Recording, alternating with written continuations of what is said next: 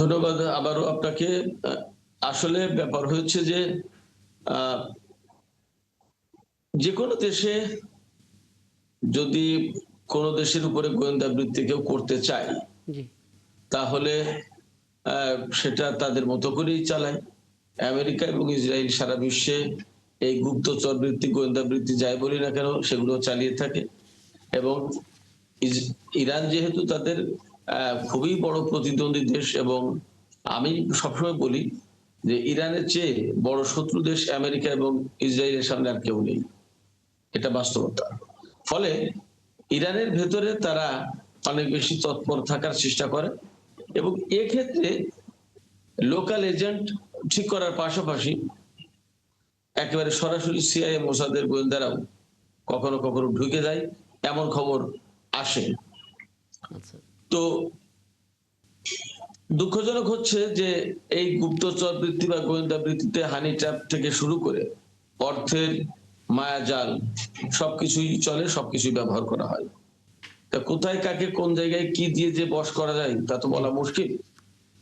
আবার এটাও ঠিক যে ইরানের ভেতরে ইসলামী সরকার আছে, ইসলামী সরকারের ব্যবস্থা আছে, বিপ্লবী সরকার আছে। যেখানে বেশি যত ভালো মানুষ সেখানে আ ব বেশি মানে একটা কথা আছে না যে ইমানদারের উপরে শয়তান বেশি ভিড়ার চেষ্টা করে। একদম। কারণ তাকে যে ইমানদার না তাকে তো বিভ্রান্ত করাই গেছে।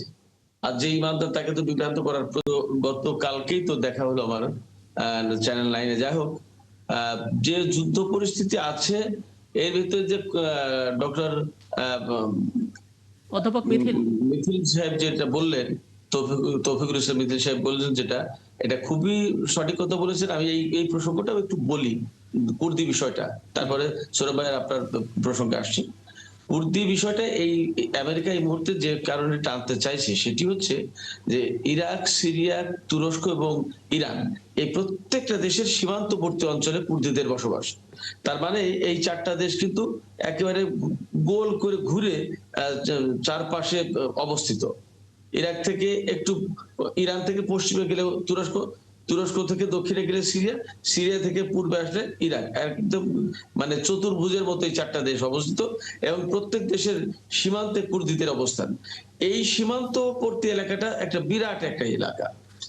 এই এলাকাটা যদি কুর্দিরা নিয়ন্ত্রণ করতে পারে তাহলে এখানে আমেরিকা এবং ইসরায়েলের ঘাঁটিটা গাড়া খুব সহজ হয় এবং এই জায়গা থেকে একেবারে পুরো বিশ্বকে পুরো মিডল ইস্টকে ওয়াচ করার একটা ওয়াচ টাওয়ার হিসেবে ব্যবহার করতে পারে আমেরিকা এবং ইসরায়েল। যার কারণে সুদীর্ঘকাল ধরে এরা এই কুর্দি ইস্যুটাকে খাড়া করেছে, কুর্দি ইস্যুটা চালু করেছে এবং এদেরকে পেট্রোনাইজ করে, অস্ত্র দেয়, সহযোগিতা করে। এমনকি ইরাকের যে কুর্দি অঞ্চল যেটা স্বায়ত্তশাসিত কুর্দি অঞ্চল, এই অঞ্চলে ইসরায়েলের বিভিন্ন দপ্তর আছে গোপনে এবং আমেরিকার দপ্তর আছে, সিআইএ এর দপ্তর আছে, মোসাদের দপ্তর আছে এবং আমেরিকা বিশেষ গুরুত্ব দিয়ে এখানে ঘাঁটি, সামরিক ঘাঁটি গড়েছে এবং তাদের কনসুলেট আছে। এত বেশি গুরুত্ব দেয়। ইরান একেবারে ইরানের সীমান্তে সেটা। তো এই যে কুর্দি ইস্যুটা টানা হচ্ছে এটা খুব ডেঞ্জারাস একটা ইস্যু। যদি এই ইস্যুটা টানে তাহলে আবার অন্য একটা সুবিধা পাবে ইরান। তখন সিরিয়া, ইরাক এবং তুরস্ক এই ইস্যুতে তারা আবার একাট্টা হবে, ইরানের পক্ষে অবস্থান নেবে। কারণ এই কুর্দি ইস্যু জ্যান্ত করলে প্রত্যেকটা দেশ ক্ষতিগ্রস্ত হবে। সেক্ষেত্রে যদিও ইরানকে কুর্দি দিয়ে ধ্বংস করতে চাইবে বা একটা বিরাট রকমের কেওয়াস তৈরি করতে চাইবে, কিন্তু কুর্দি ইস্যুটা আনলে আঞ্চলিক দেশগুলো আবার এই বিষয়টা নিয়ে মনে হয় একটা হতে পারে। যা হোক, বর্তমানে ইরানের ভেতরে যে যুদ্ধ চালাচ্ছে ইসরায়েল এবং আমেরিকা, সৌরভ ভাইকে বলি এই যুদ্ধটার কারণে নিশ্চয়ই ইরানের অভ্যন্তরীণ ক্ষয়ক্ষতি হচ্ছে ব্যাপকভাবে। ইরান তো এমনিতেই নিষেধাজ্ঞার ভেতরে থাকা একটা খানিকটা মানে নিয়ন্ত্রিত অর্থনীতির ভিতরে থাকা একটা দেশ। জি, তো তারপরেও আমি যেটা বলি সামাজিকভাবে সবকিছুর দিক দিয়েই তো ক্ষতিগ্রস্ত হবে নিশ্চয়ই। কিন্তু ইরানিরা একটা কাজ কোনো মতেই ছাড়বে না। আমরা এতক্ষণ যা আলোচনা করলাম, যেমন সর্বোচ্চ নেতার ব্যাপারে যেটা ডোনাল্ড ট্রাম্প ঠিক করে দেবেন, প্রশ্ন ওঠে না, ইরানিরা এটা কোনো মতেই মানবে না। আবার ইরানিদেরকে একেবারে হাত পা বেঁধে তাদের ভেতরে একটা গৃহযুদ্ধ লাগিয়ে দেওয়ার চেষ্টা, এইগুলো মোকাবেলার জন্য যথেষ্ট শক্তি সামর্থ্য আছে ইরানের ভেতরে বলে আমি জানি, আমি বিশ্বাস করি তার সেগুলো মানে মোকাবেলা আপনি করবে। যা এখনকার পরিস্থিতি দেখে আমাকে অন্তত যদি এটা একটু আপনি কথা বুঝতে বলার- পাচ্ছেন যে এটার পরিস্থিতি আসলে আফগানিস্তান বা ইরাকের মতো হবে না, তাই তো?